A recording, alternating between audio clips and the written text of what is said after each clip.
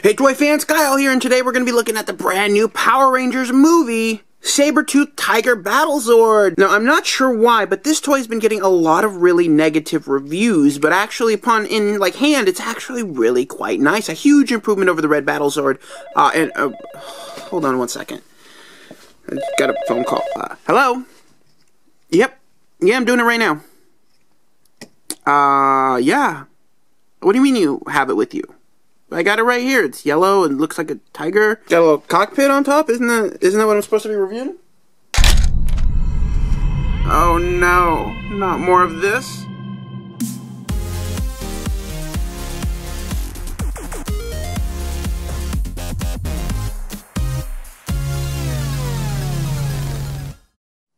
Alright, so here we have the actual Sabertooth Battle Zord in its packaging, and taking a quick look at the packaging, we can say it's got that same sort of open style that all the other Zords have, including the T-Rex. Assuming you were stupid and bought these toys before they announced the box set like me, yeah, God, oof, that makes me mad. Anyway, so here it is. It says Sabertooth Battle Zord with the Yellow Ranger, and the Yellow Ranger is just right there. It's got a little gun on top that you can play with in store if that's kind of what you're into. Looking at the side of the packaging, we've got the Power Rangers movie logo, and then we've got a nice picture of the Sabertooth Battle Zord right next to her Yellow Ranger.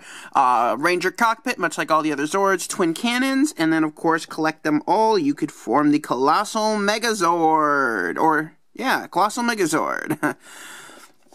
That basically does it for the packaging. Let's go ahead, let's take this baby out, and let's see if it's any good or not.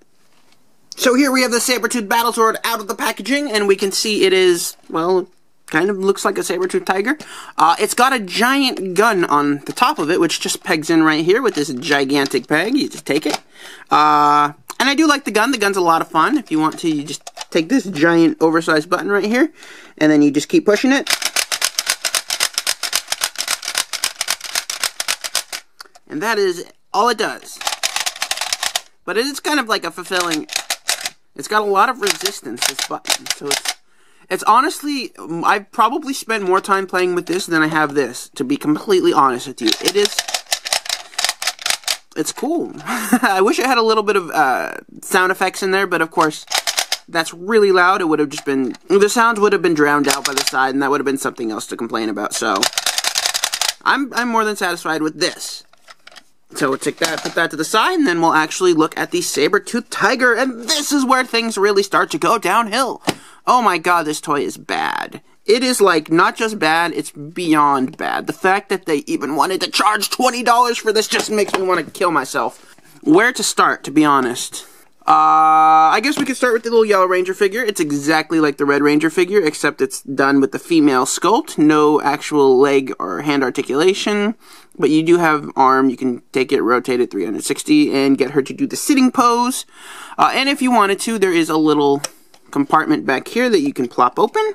And she can just sit right back there and, you know, chill out. And, hey, you got storage. Yay. Yay, and that's literally the only functionality that this toy has apart from being a literal crotch. It doesn't have any articulation whatsoever. It's literally one solid molded piece. If you want to, you can kind of count this as articulation. The issue is, look at those gaps. Now, this toy suffers from being gappy. And they didn't even bother to complete the look from the front. So it literally doesn't look good facing forward, which is ridiculous. I mean, like, I understand why they might have done this, and if you see it on the Megazord, you're like, maybe it's so that the arms can have clearance, but no, it does nothing for the Megazord mode. They could have easily just put in some detail right there that would have been able to cover it, and maybe it might have been able to look good from the front, which is really, I think, a bare minimum for a toy. If you're going to have a toy that has gappy features, at least make it look good from one angle. This toy looks good from no angles. Ugh! But anyway, back to the articulation. You can kind of get something dynamic like that, but you're only opening the gappiness even more, and it just looks terrible. There's supposed to be a little cockpit right there, painted in blue plastic, but it doesn't actually line up with any sculpted detail that's on the toy. It just kind of looks like they brushed blue paint up there randomly. There is what looks like it could be a cockpit, but again, it just doesn't look right. You got no rear articulation, you got nothing, literally nothing.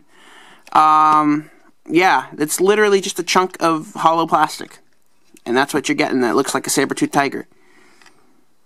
Now, I will give it a little bit of credit. The one place I'll give it credit is that the sculpt. The sculpt is actually quite nice.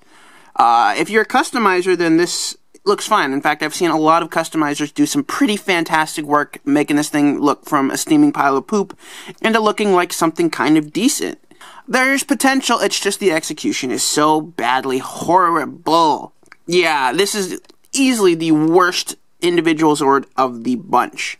And it further makes me wish I would have waited a day, literally the day after I placed the order on Toys R Us for each of the individual Zords. They're like, oh, we're doing a box set. And guess what? It's now available for $99.99. You can imagine my disappointment.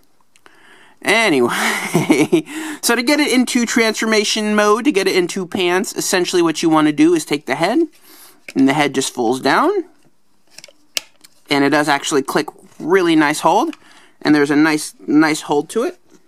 Raise the camera up, and these arms do fold out.